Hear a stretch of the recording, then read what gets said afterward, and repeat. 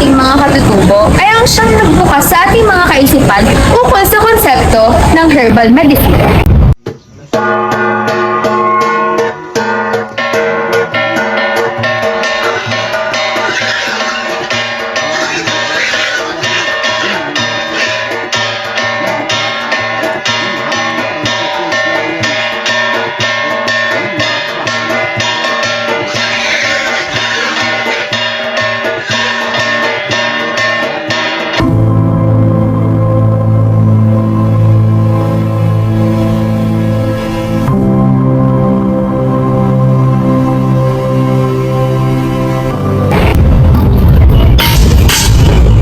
Tulong! Tulungan niyo kami! Pinuno! Ano ang problema niya? Madalas po ang kanyang pagdumi, Pinuno. O Maria, pwede mo ang puntahan ng anak. Susunod po.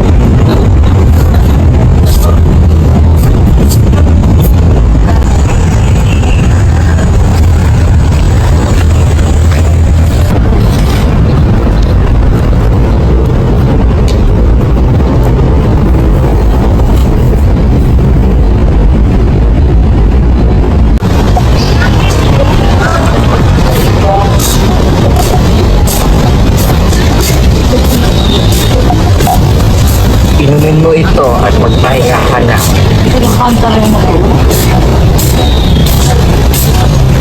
Maraming salamat po, Pinuno. Walang ano ba?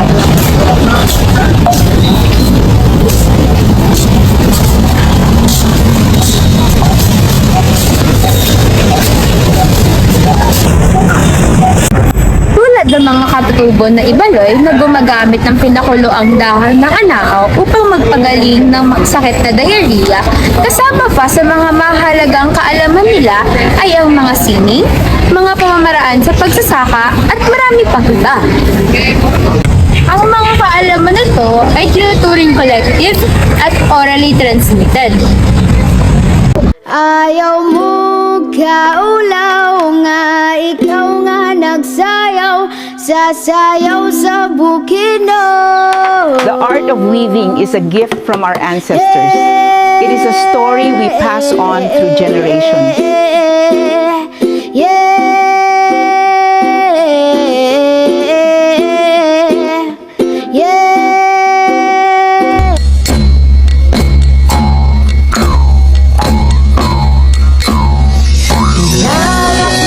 Mula sa panaginip, dinalaki na binang ginuno natin.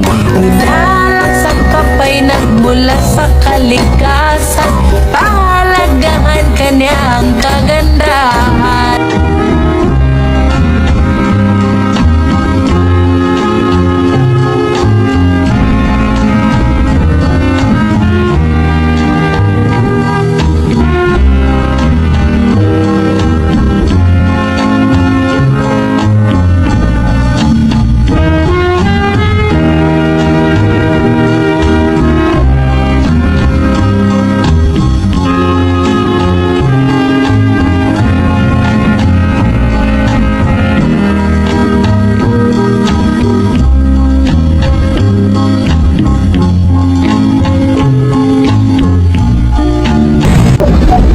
Halika dito, anak. Tuturo ka na ng kilala ko.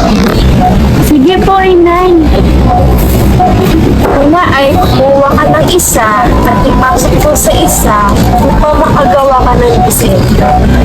Masusunod po, Inay.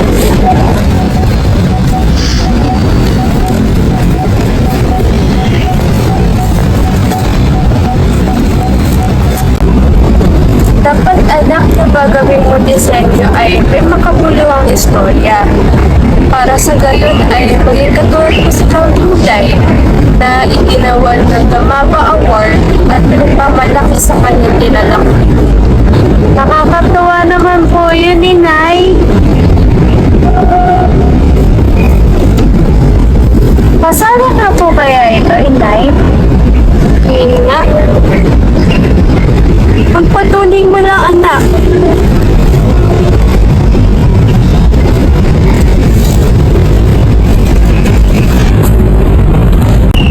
protection of intellectual property or IP rights is connected sa rights ng indigenous people, especially sa role ng Constitution. Ang IP includes patents, copyrights, trademarks, and even traditional knowledge. In the Philippines, the 1987 Philippine Constitution supports the protection of the cultural heritage and indigenous rights, particularly sa Article 14, Section 17. However, indigenous communities usually see knowledge as something shared by the whole community, not owned by one person only. Because of this, minsan nagkakaroon ng conflict between IP laws and indigenous beliefs or practices. For example, the Tiboli tribe's tinalak weaving was commercialized with the community's consent, which shows respect for their culture and traditions. It is important to balance yung innovation and yung rights nila kasi indigenous knowledge is part of their identity and heritage. Protecting it helps prevent misuse and exploitation by outsiders. Laws like the Indigenous Peoples' Rights Act 1997 were created to protect these rights, pero kahit na may laws na, there are still challenges. Traditional knowledge is not always fully recognized ng IP laws, and some indigenous designs are ginagamit without permission. So, one example of this is yung unauthorized commercialization of designs from the Eta people. Overall, this shows na kailangan pa rin natin ng stronger protection, proper implementation ng laws, and more awareness para ma-preserve and ma-respect natin yung culture and intellectual property ng indigenous community. Subalit, ang mga modern intellectual property laws ay hindi kinikilala ang mga traditional knowledge ng mga katutubo dahil ito ay dapat individual ownership lamang. Isa pa nito ang kailangan na magkaroon ng formal na dokumentasyon ng kanilang traditional knowledge na isang impractical para sa kanila dahil ito ay orally transmitted. Kaya madali silang magamit ng mga exploitative companies and researchers dahil sa tactic na biopiracy, kung saan nagbe-benefit sila sa ideya ng mga katutubo nang walang formal na pahintulot o kahit anumang kompensasyon sa mga ito. Senyora, mga tinalak weaving. Wow, nakabibighani naman ang mga tinalak weaving na ito. Bagay na bagay sa clothing brand ko. Marami pa po dito, banda.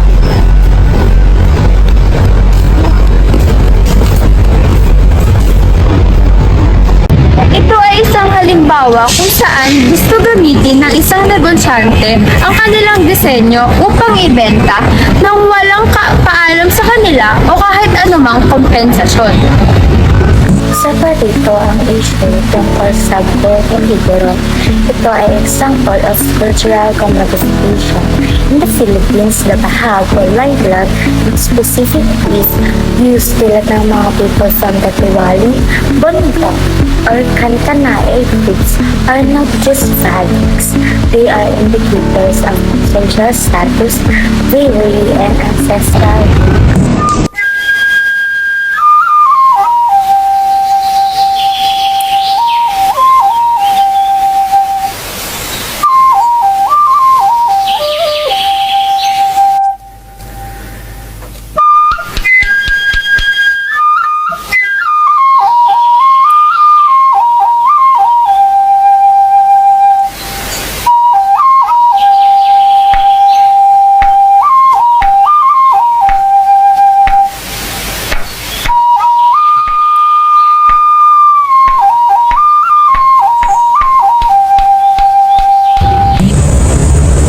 Hello, good afternoon, Apo Wagot.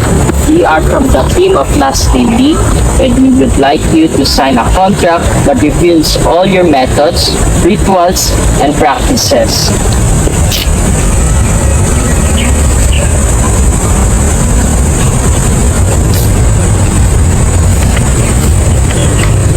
Lolo, bakit po kayo pumayag? Isa tong scam.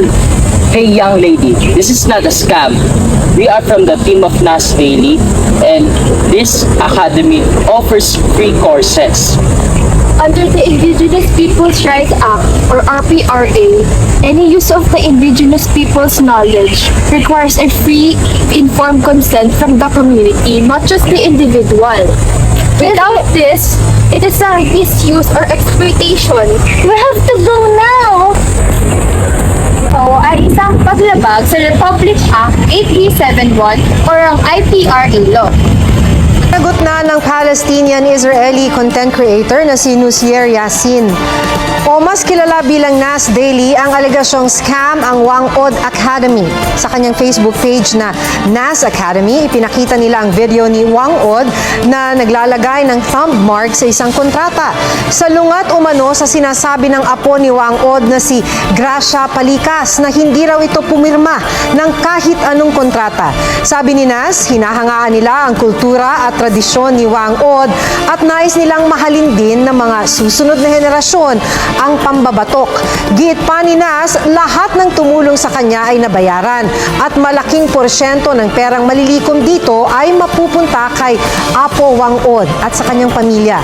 Ayon naman sa apo ni Wangod, hindi nito naintindihan ang sinasabi ng translator. Hindi na rin daw siya sasali sa anumang proyekto ni NAS. Naiintindihan niya raw ang intensyon ni NAS pero nangangamba ang kanilang nayon na baka ma-exploit lang lamang si Wangod at ang kanilang kultura at tradisyon. Sa ngayon, tinanggal na sa mga online course ang Wangod Academy. Alam niyo ba na hindi sapat na protektado lang ang IP rights sa loob ng isang bansa? Kailangan natin ng mas matibay na international agreements. Pero paano nga ba natin gagawin to? Pagsali sa WIPO o World Intellectual Property Organization. Una, kailangang i-encourage ang mas aktibong partisipasyon ng WIPO's Traditional Knowledge Framework. Bakit? Dahil layunin nito na makabuo ng global legal standards. Ibig sabihin, magkakaroon ng isang pasihan ang iba't ibang bansa para hindi basta-basta nananakaw ang tradisyonal na kaalaman ng mga indigenous groups. Hindi magpapahuli ang ating bansa rito. Isang magandang halimbawa ay ang involvement o pakikilahok ng Pilipinas sa efforts ng UNESCO. Aktibo tayong tumutulong sa pag-document ng ating indigenous culture and heritage. Sa pamamagitan ng documentation, may matibay tayong ebidensya at record ng ating yaman na kinikilala sa buong mundo. Good morning po, ma'am. Morning! Nais ko naman po sanang mag-register ng aming traditional knowledge. Sige, describe niyo po sa akin. Sa aming katutubo po kasi, ma'am, kapag po ikaw ay nagtamo ng matinding sugat sa katawan, ipipisil po ang dahon na ito para lumabas ang katas at ilagay sa iyong sugat. Naka-e-engganyo naman yan. Gagawan ko ito ng formal na documentation at matatapos ito ng mga ilang araw. Maraming salamat po. Thank you din. Kung nabighanin kayo sa approach ng bansang India sa intellectual property ng mga indigenous communities sa pamamagitan ng pag-integrate ng teknolohiya, ganoon din ang magiging reaksyon nyo sa approach ng bansang New Zealand. Ang Treaty of Waitangi ay kasunduan sa pagitan ng mga Maori people na New Zealand at British Crown. Ang pangunahing layunin nito ay protektahan ang mga Maori people at kanilang karapatan. Kabilang dito ang pagprotekta sa kanilang traditional knowledge at kayamanan. Nagsimula ito pansinin noong taong 2011. Ang report na nagtatanong kung sino ba dapat ang gumawa ng mga desisyon sa native flora and fauna, environment, Maori culture at products. Tumugon ang gobyerno nito sa pamamagitan ng paghati-hati ng mga mahalagang steps at pag-ensure ng proper cooperation sa mga Maori at eksperto nito. Sa Ketewan, Taonga Works, Metema Tauranga, Maori, pinili nila mag-establish ng legal framework sa paggamit ng Taonga Works, kayamanan at matauranga, traditional knowledge. Sa Ketetu, Taonga species, Metema Tauranga, Maori, ay kinakailangan ang mga patent applicants na mag-disclose ng origin ng genetic resources o ginamit ang traditional knowledge at i-update ang Plant Variety Rights Act of 1987 para protektahan ang species. Siyempre, hindi magpapahuli ang United Nations. Ang Treaty of WIPO o World Intellectual Property Organization na isang specialized agencies ng United Nations. Ang pangunahing objective nito ay solusyonan ang issues sa intellectual property na indigenous traditional knowledge. Ang treaty nito, inuutos ang mga applicant na mag-disclose ng genetic resources o ginamit na traditional knowledge at i-compensate ang indigenous communities na nagmamay-ari ng traditional knowledge na iyon. Sa mga nabanggit na other countries approach, ay alin sa inyo ang tumatak sa inyong kaisipan at nagustuhan ninyo? Ang India's Traditional Knowledge Digital Library, New Zealand's Treaty of Waitangi, o WIPO Treaty. Kahit ganito, ang approach ng iba't ibang bansa ay kailangan pa din gawin ito. Una ay ang paggamit ng geographical indication to protect the indigenous products. Pangalawa ay ang pagpapalakas ng international cooperation through the WIPO or the World Intellectual Property Organization. Pangatlo is documenting heritage through the UNESCO program.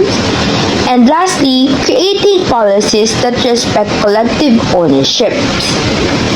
Tandaan, the intellectual property law must evolve to protect both innovation and cultural heritage fairly. Sa huli, ang usapin ng intellectual property ng mga katutubo ay hindi lamang tungkol sa batas, kundi tungkol sa pagkilala at paggalang sa kanilang pagkakakilanlan. Ang kanilang kaalaman ay hindi simpleng imbensyon. Ito ay bahagi ng kanilang buhay, kultura at kasaysayan na hindi dapat angkinin o abusuhin ng iba. Habang patuloy ang pag-unlad ng modernong lipunan, nararapat lamang na sabayan ito ng mas makatarungan at mas inklusibong patakaran na tunay na nagpoprotekta sa karapatan ng mga katutubo. Sapagkat ang tunay na progreso ay hindi sukat sa kung ano ang nakukuha, kundi sa kung paano natin pinapangalagaan ang mga pinagmulan nito. At kung ating pipiliing manahimik sa harap ng pang-aabuso, tayo rin ang unti-unting nagbubura sa tinig at kulturang matagal nang humuhubog sa ating pagkatao bilang isang bayan. Pinalak na nagmula sa panaginip, dinalaki na